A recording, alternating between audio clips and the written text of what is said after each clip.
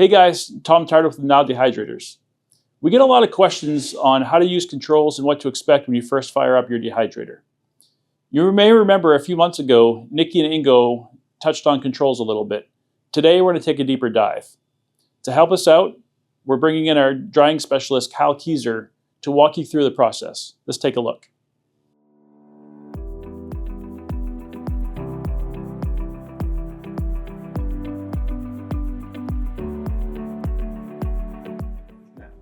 Perfect.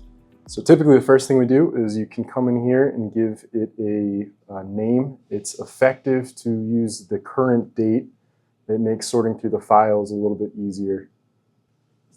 And then from here, what we'll do is put in our set points. So you can do your temperature and your humidity. Start at 135, and then we'll go for 30% humidity. So both of those are done by just clicking right where it says set. And then we will also set our fan speed to 100%. So at this point, you're good to start it up. If you're just doing initial set points like that, you can just hit the big start button and the chamber will get going. And then we can get into other screens and stuff. If you want to get a little bit more advanced, what you can do is go into schedule, and then you have a couple of options here. If you're just going to do one step, you come up here and pick your set points again. So if you do like 135 at 30% RH, and then we're going to do that. Time is in minutes, so we'll do 240 for 4 hours. You can back out of that, and that'll be one step at those set points. You have a couple of more options as well. So you can add additional rows if we want to add up to 4, and you can do the same thing where you set all your set points, all your times and your fan percentages in each of those as well. Within each step, you have the option to do a couple of different things. So you have RH mode,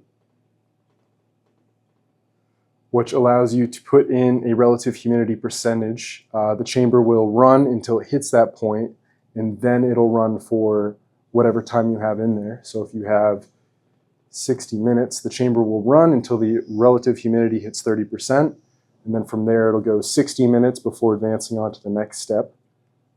You have the same option for temperature. So the chamber will run until it reaches 135 degrees, then it will run for 60 minutes in this case, and then advance to the next step.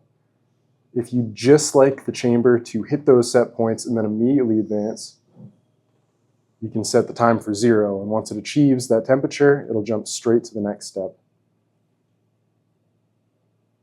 Multiple set points like that can be entered, so if you want it to run at or reach 135 and then immediately jump to the next step, that's what this will do in this case. And then you can say run at 135, 10% humidity for 2 hours, add additional steps as you see fit. Those are kind of the big schedule creation tools. You can also load and save schedules. So you can come up in here and give it a name. Let's just go test 1, enter that there, and then save it. Pop that up showing that it was successful. You can return. So if you come in here and remove all of those steps, come back in here, load test 1 again, and then return, and you get your steps back. You are not limited to really any amount of schedules in there. You can have as many schedules as you'd like. You just do need to remember the names. What else? The trend screen shows the previous 24 hours of drying data. So it'll show you the current set point as well as the actual chamber temp. You also have the option to come down here and view the same information for the RH values.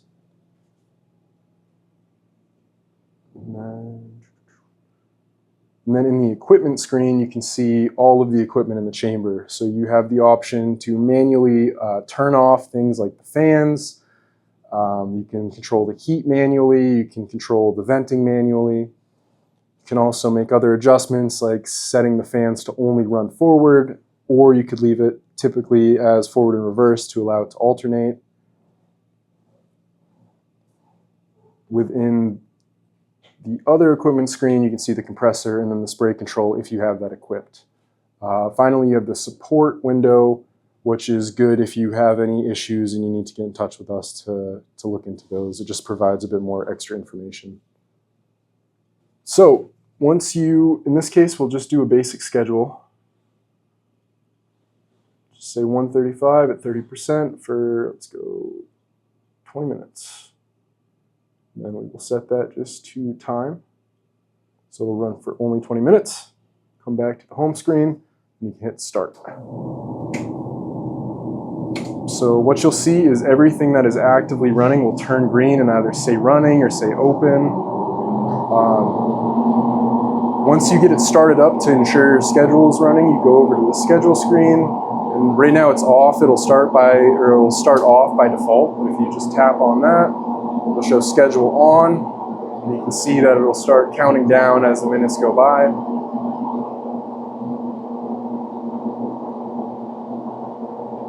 Your heater's running, so your temperature will start to increase. The blower will always be running as long as the unit is on.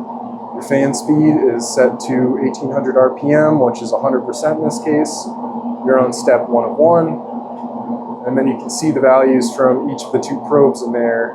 Whatever probe you're using will switch depending on which direction the fans are running in. Hey, thanks, Kyle. That was a great overview of the controls. We hope this video has been very helpful to all of you.